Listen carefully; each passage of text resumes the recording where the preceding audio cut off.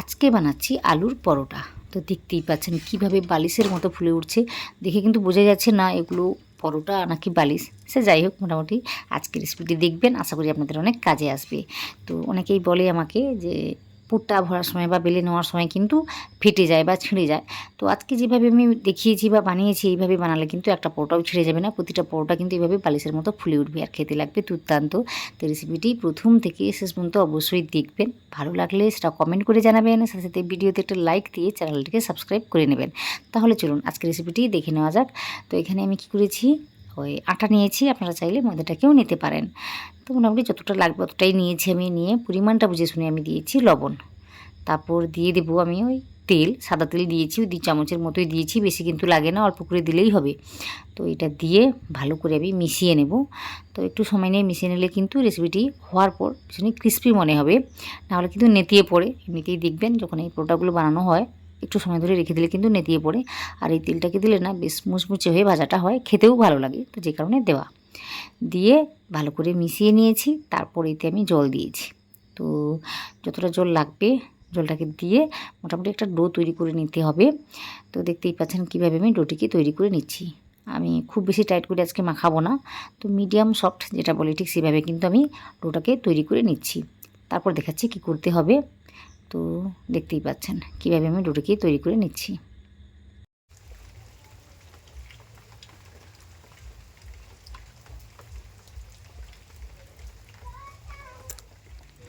এই ডোটাকে একটু সময় নিয়ে মোটামুটি মেখে নিতে হবে, আর খুব বেশি শক্ত করে মাখা যাবে না। যদি শক্ত করে মেখে নেওয়া হয় তখন কিন্তু এই পরোটাগুলো ফেটে যায়, বিশেষ করে পুরটাকে ভরে নেওয়ার পর বেলে নেওয়ার সময় কিন্তু ফেটে যায়। তো ওই একটু খেয়াল করবেন। আমি মিডিয়াম সফট যেটা বলেছি এইভাবে কিন্তু মেখে নিতে হবে, খুব বেশি নরম করিনি, কারণ এটাকে আমি রেস্টে রেখে দেবো, তখন কিন্তু সফট হয়ে যাবে। তো এখানে আমি 10 মিনিটের জন্যই রেখে দিচ্ছি। তো এখানে কি করেছি, আলুর পুরটাকে তৈরি করে নিচ্ছি। আগে থেকে আলুটাকে সেদ্ধ করে রেখেছিলাম, আমি অনেকগুলোই আলু নিয়েছি। তো এই আলুকে সেদ্ধ করে আমি রেখে দিয়েছিলাম, কোনো রকম লবণ বা কিছুই দিইনি। তো এটাকে আমি ম্যাশ করে নেব। তো এইভাবে অবশ্যই ম্যাশ করে নিতে হবে।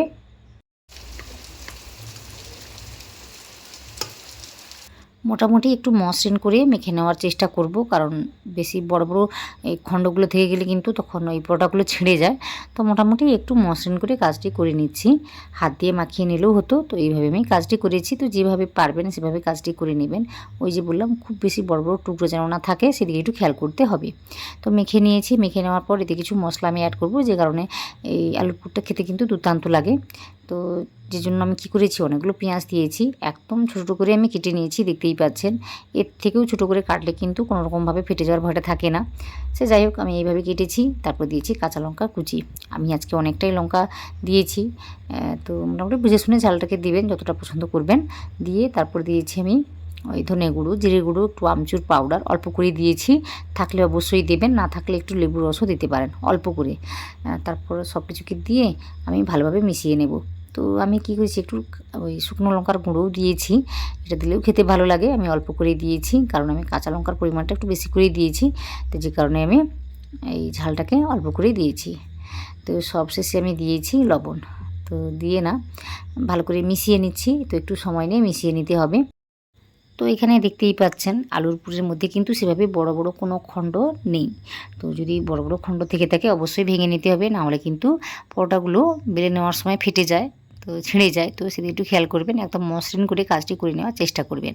তো এখানে সেভাবেই আমি কাজটি করে নিয়েছি, সব কিছুকে দিয়ে ভালোভাবে মিশিয়ে নিয়েছি বা মেখে নিয়েছি বলতে পারেন। তো এটাকে আমি রেখে দিয়েছি। ওইদিকে মোটামুটি 10 মিনিট হয়েছে।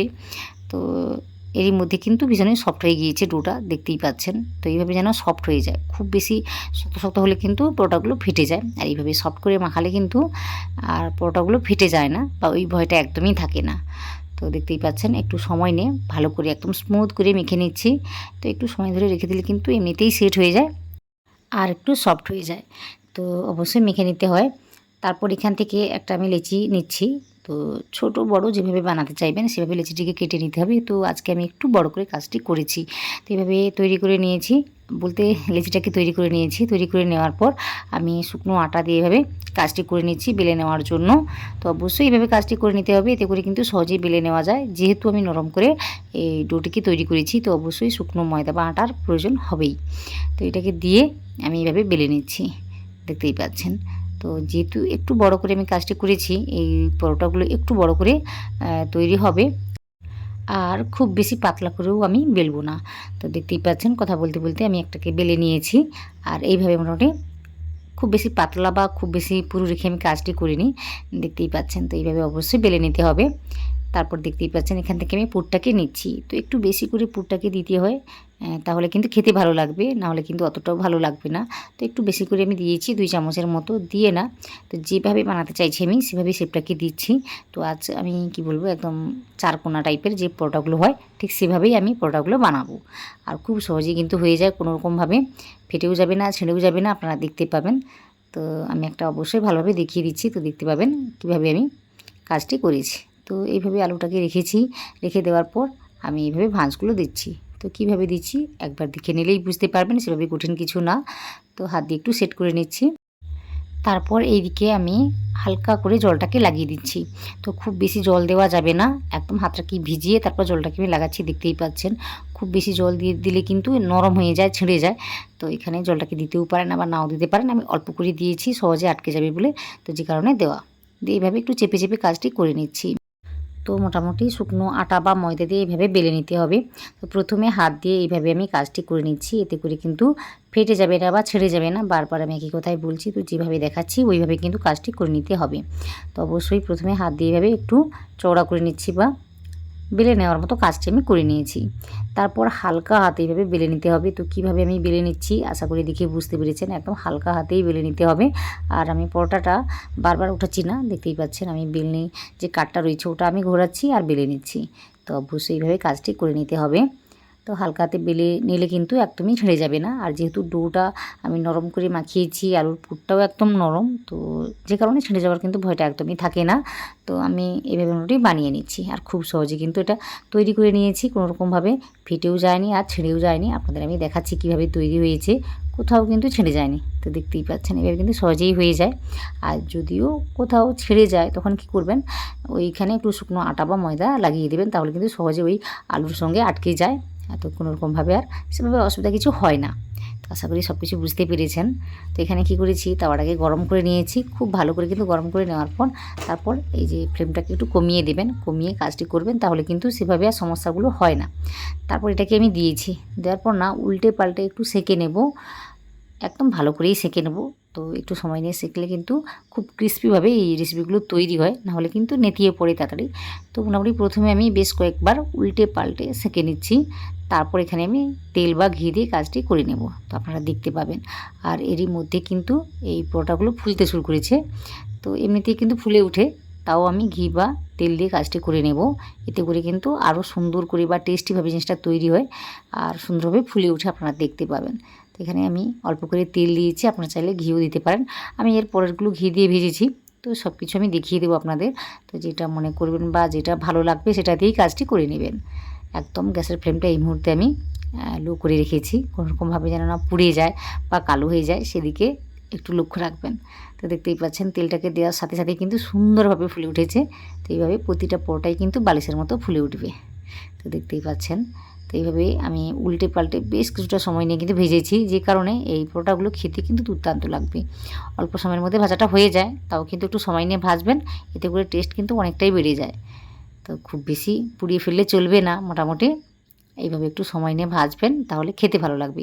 গ্যাসের ফ্লেমটা কখনো বাড়িয়ে দেবেন, কখন কমিয়ে দেবেন, মোটামুটি আপনি নিজে বুঝে শুনে কাজটি করে নেবেন, সেভাবে কিছু অসুবিধা হবেও না। তো দেখতেই পাচ্ছেন একটা আমি ভেজে নিয়েছি, একই রকমভাবে আরও একটা আমি ভেজে দেখাচ্ছি। তো সেঁকে নেওয়ার পর ওই যে আমি তেল দিয়েছি, এটাতে আমি ঘি দিয়েছি, তেল দিইনি ঘি দিয়েছি। তো একই রকমভাবে কিন্তু কাজটি হয়ে যায়। তেল বা ঘিটা যখন দেবেন এই পরোটার মধ্যে, তখন কিন্তু গ্যাসের ফ্লেমটাকে হয় মিডিয়াম না হলে লো করে দেবেন, নাহলে কিন্তু তাড়াতাড়ি কালারটা চলে আসে। তো অবশ্যই এই জিনিসগুলো মাথায় রাখবেন। তো দেখতেই পাচ্ছেন একই রকম করে আমি সবকটা পরোটা ভেজে নিয়েছি, আর দেখতে কিন্তু দারুণ হয়েছে, খেতে কিন্তু সবারই ভালো লাগবে, কারণ এতটা লোভনীয়ভাবে তৈরি হয় সে আমি কি বলবো, আপনারা যখন বানাবেন তখনই বুঝতে পারবেন এটা কতটা টেস্টিভাবে তৈরি হয়। তো সবকটাই আমি বানিয়ে নিয়েছি, দেখতেই পাচ্ছেন কতগুলো হয়েছে। আর একটা পরোটা আমি কেটে দেখাচ্ছি ভেতরে পুরটা কীভাবে রয়েছে।